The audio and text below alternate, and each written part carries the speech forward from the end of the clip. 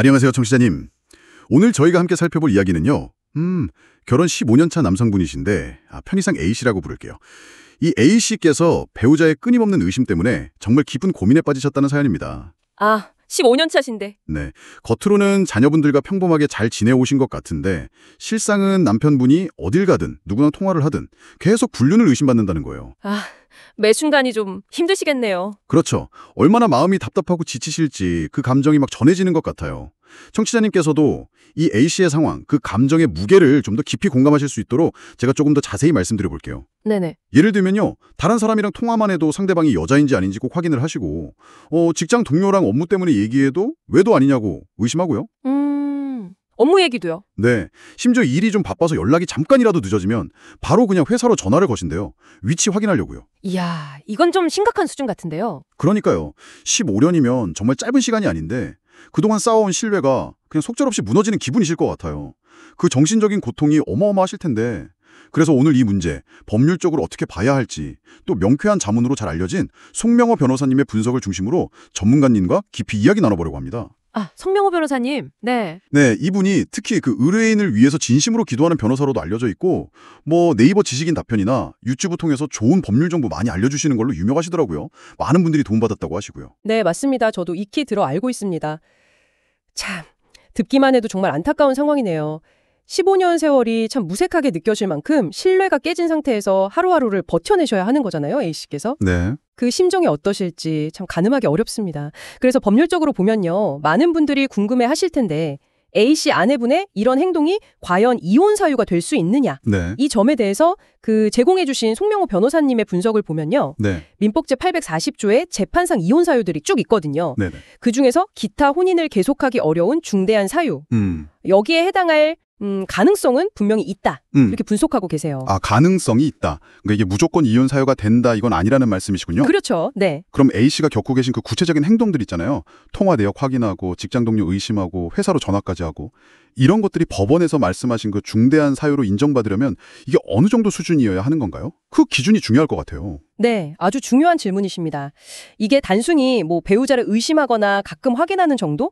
이걸로는 좀 부족할 수 있다는 게 법원의 일반적인 입장인 것 같아요. 아, 그렇군요. 보내주신 그 송명호 변호사님의 법률 자문 내용을 좀 더 자세히 보면요.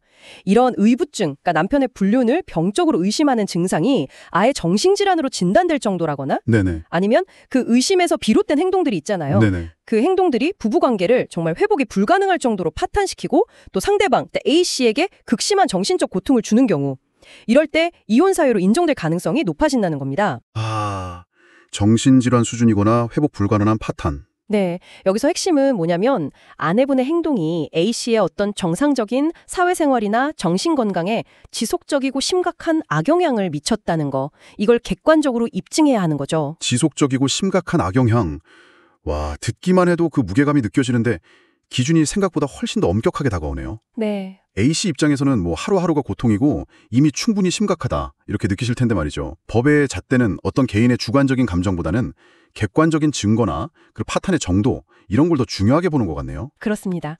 그래서 그 송명호 변호사님의 조언에서도 또 다른 중요한 점을 지적하고 계세요. 어떤 점인가요? 바로 이혼 소송을 제기하기 전에 이 문제를 좀 해결해 보려고 어떤 노력을 했는지 그 여부입니다. 해결 노력이요? 네. 예를 들어서 부부 상담을 같이 받아보려고 시도를 했다거나 아니면 아내분께 좀 전문가의 도움, 그러니까 정신과적 상담이나 치료 같은 걸 진지하게 권유하고 노력했는지 이런 것들이 재판 과정에서 고려될 수 있다는 거죠.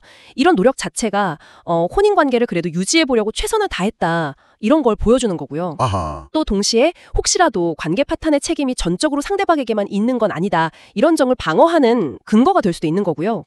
많은 분들이 송명호 변호사님 조언을 찾는 이유가 이런 현실적인 부분까지 짚어주시기 때문인 것 같아요. 관계 개선을 위한 노력이라 그러니까 이혼을 원하는 쪽에서 오히려 관계 회복 노력을 했다는 걸 또 증명해야 할 수도 있다. 이 말씀이시네요? 네, 그럴 수 있습니다. 만약에 그런 노력 없이 그냥 감정적으로 너무 힘들다 이 이유만으로 바로 소송을 딱 제기하면 법원에서는 어쩌면 A씨에게도 관계 파탄의 책임이 좀 있다 이렇게 볼 수도 있겠네요. 네, 그럴 가능성을 배제할 순 없죠. 법원은 혼인 파탄의 근본적인 원인이 뭐고 그 책임이 누구에게 더 큰지 이걸 아주 신중하게 따지거든요. 그렇군요. 그리고 앞서 잠깐 언급된 그 송명호 변호사님 조언 내용 중에 내용 증명에 대한 언급도 있었는데요. 아, 내용 증명이요? 네, 이게 뭐냐면 자신의 입장을 공식적으로 글로 써서 우체국을 통해 보내고 그 기록을 남기는 방식인데 이게 소송 전에 그래도 대화로 문제를 풀어보려는 시도의 증거가 될 수도 있고요.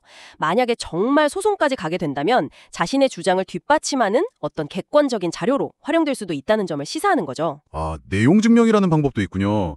여러모로 참 신중하게 접근해야 할 문제네요. 맞습니다. 그럼 종합을 해보면 A씨가 이혼 소송을 통해서 법적으로 관계를 정리하시려면 일단 아내분의 의리부증 증상이 굉장히 심각하고 또 오래 지속되어 왔다는 점, 그리고 이걸로 인해서 A씨 본인의 일상생활이나 정신건강이 정말 회복하기 어려울 정도로 심각하게 침해당했다는 사실, 네. 그리고 또 중요한 게 부부 상담이나 치료 권유 같은 관계 개선 노력을 진지하게 했는데도 불구하고 상황이 나아지지 않았다.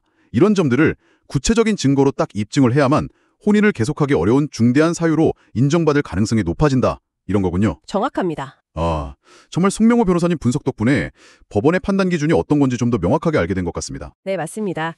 이게 감정적으로는 뭐 이미 관계가 끝났다 이렇게 느껴지실 수 있어도요. 법적인 절차는 그거랑은 또 별개로 아주 냉정하고 객관적인 증거 그리고 법리를 요구한다는 점을 꼭 기억하셔야 합니다. 네.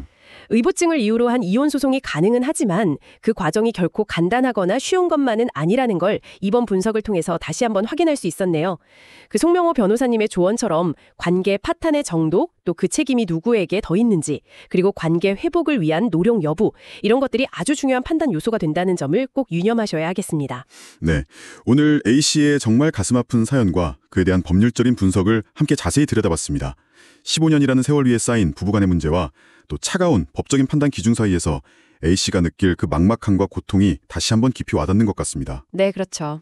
이 시간이 청취자님, 그리고 혹시라도 비슷한 어려움을 겪고 계실지도 모를 다른 분들께도 지금 상황을 좀 객관적으로 돌아보고 어떻게 나아가야 할지 고민하는데 조금이나마 도움이 되었기를 진심으로 바랍니다. 네. 마지막으로 청취자님께 이런 질문 한번 던져보고 싶습니다.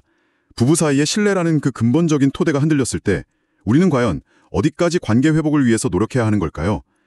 그리고 그 노력의 방법은 또 무엇이 되어야 할까요? 물론 정답은 없겠지만 각자의 삶 속에서 한번 깊이 고민해볼 가치가 있는 질문인 것 같습니다. 오늘 저의 심층 분석은 여기까지입니다.